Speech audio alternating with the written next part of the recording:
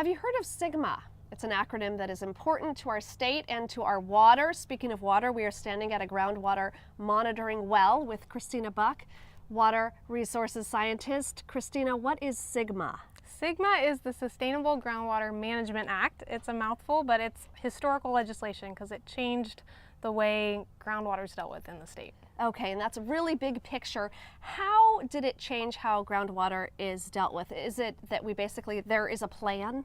There is statewide legislation that tells us how we need to plan for groundwater management. And so before that, groundwater was not managed from the state level. And different organizations, different groups are obviously working together. Why is that important in terms of groundwater management? Yeah, it's really important because SIGMA, even though it's state legislation, was really designed and recognizes that groundwater is a local issue. Very variable depending on where you are, and so it should be dealt with that way. And so agencies on the local level, cities, counties, water districts, are really now talking to each other and trying to figure out, okay, who are the players, who makes decisions, and how do we manage this local resource under the guidance of this new law.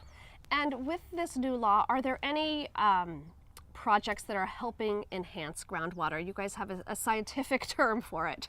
Yeah, so when we talk about groundwater, and this law was really motivated by both the drought and then severe declines that we've seen in groundwater conditions, mostly in the southern San Joaquin Valley and Tulare Basin.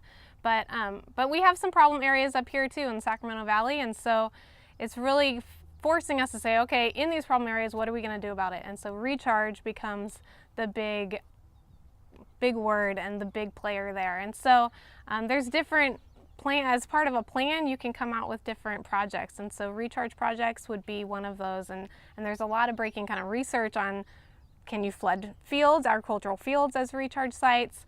Can we make the most of these wet years like we've had this year, really wet years, and spread that water out, slow it down, let it recharge, kind of more in line with natural previous conditions before we channelized everything and shot it out to the ocean. Good point. And recharge in real simple terms is basically that water seeping down to that aquifer that makes up the groundwater supply. Is that a correct statement? Right. Yeah. Okay.